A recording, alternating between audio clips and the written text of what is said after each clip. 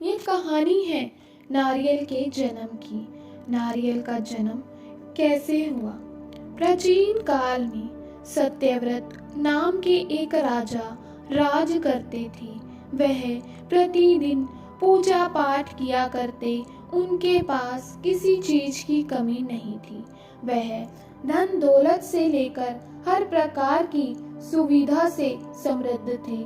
हालांकि इसके बावजूद भी राजा की एक अभिलाषा थी जिसे वह पूर्ण करने की चाह रखते थे। दरअसल राजा सत्यव्रत को किसी प्रकार से स्वर्गलोक जाने की इच्छा थी। वह अपने जीवन में कम से कम एक बार स्वर्गलोक के सौंदर्य को देखना चाहते थे, लेकिन उन्हें इसका मार्ग नहीं पता था। इधर दूसरी तरफ ऋषि विश्वामित्र अपनी तपस्या के लिए घर से बाहर निकले। चलते चलते वह अपनी कुटिया से काफी आगे चले गए। काफी समय बीत गया लेकिन वह नहीं लौटे। इस कारण उनका परिवार भूख प्यास से तड़प रहा था। राजा सत्यव्रत को जब यह पता चला तो उन्होंने ऋषि विश्वामित्र के परिवार के पालन पोषण की जिम्मेदारी ले ली। कुछ समय बाद जब मुनिवर लौटे तो वे अपने परिवार को कुशल देखकर काफी प्रसन्न हुए। उन्होंने पूछा कि उनकी अनुपस्थिति में किसने उनकी देखभाल की। इस पर ऋषि के परिवार वालों ने बताया कि राजा ने उनके पालन पोषण की जिम्मेदारी उठाई थी। यह सुनकर ऋषि विश्वामित्र तुरंत राजमहल पहुंचे। राजा से मुलाकात की। वहां पहुंचकर उन्होंने सबसे पहले महाराज को धन्यवाद कहा। इस पर राजा ने ऋषि से अपनी इच्छा पूर्ण होने का आशीर्वाद मांगा। राजा की बात सुनकर ऋषि विश्वामित्र ने कहा, बोलिए महाराज, आपको क्या वरदान चाहिए? तब महाराज ने कहा, हे मुनि, मुझे एक बार स्वर्गलोक के दर्शन करने हैं।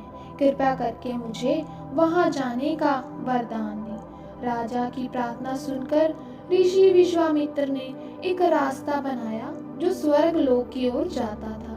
यह देख राजा सत्यव्रत बहुत खुश हुए।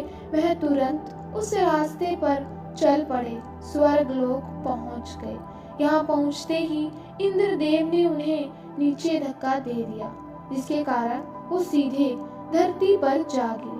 राजा ने सत्यव्रत ने तुरंत सारी घटना ऋषि विश्वामित्र को बताई।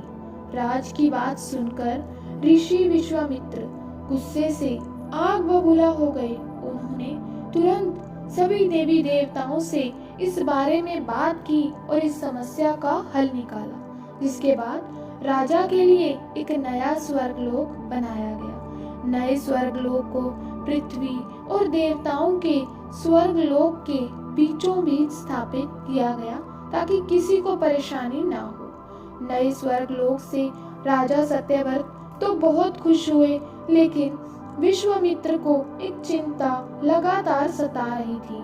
उन्हें डर था कि नया स्वर्गलोक कहीं जोरदार हवा के कारण गिर ना पड़े। अगर ऐसा होगा तो राजा सत्यव्रत दोबारा से धरती पर जा गिरेंगे। काफी सोच विचार के बाद ऋषि विश्वामित्र को एक उपाय सूझा। उन्होंने नए स्वर्गलोक के नीचे एक बहुत लंबा खंबा लगा दिया ताकि उसे सहारा मिल सके। ऐसी मान्यता है कि नए स्वर्गलोक के नीचे लगाया गया खंबा एक विशाल पेड़ के तने के रूप में बदल गया। यही नहीं, कुछ समय पश्चात जब राजा सत्यव्रत की मृत्यु हुई तो उनका सिर एक फल में तब्दील हो गया। तभी से इस खंबे को नारियल का पेड़ कहा जाने लगा, जबकि राजा का सिर नारियल के रूप में जाना गया। यही कारण है कि नारियल का पेड़ इतना लंबा होता है। अगर सच्चे मन से किसी की मदद करें तो हमारी हर ख्वाहिशें पूरी हो सकती हैं।